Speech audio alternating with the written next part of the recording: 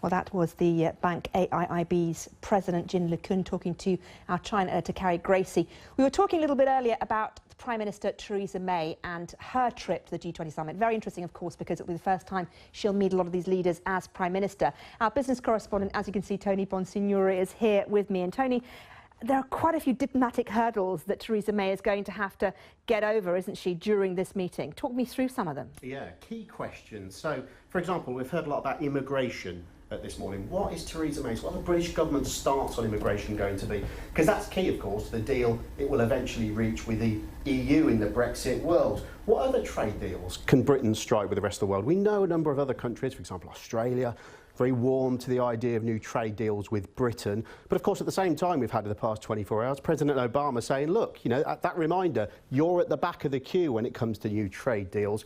And then there's some specific projects as well. So Hinkley Point, this nuclear power station, proposed nuclear power station, which is still on hold for the moment. And of course, steel as well, oversupply, allegations of dumping from China when it comes to steel. So really key questions here, not only of interest to Britain, of course, but to the global economy. Absolutely. The global economy is very much at the forefront of the G20 summit. What can be done to make sure that things move along nicely? And what happens in Britain is really important in that sense, isn't it? A lot of leaders are hoping that they're going to get some kind of certainty from the UK. Absolutely. I mean, this is the background to this. The key economic background to this is worries over global growth, that it's been a bit anemic, that it needs some sort of boost, that it isn't where we expect it to be perhaps a decade or so ago. And what the G20 leaders want is some sort of certainty on these key questions, on immigration, on trade. The problem, of course, is that Theresa May, because of domestic concerns here in Britain, not least, isn't in a position to give them that certainty anytime soon. OK, Tony Bonsignore, so good to talk to you. Thank you very much indeed.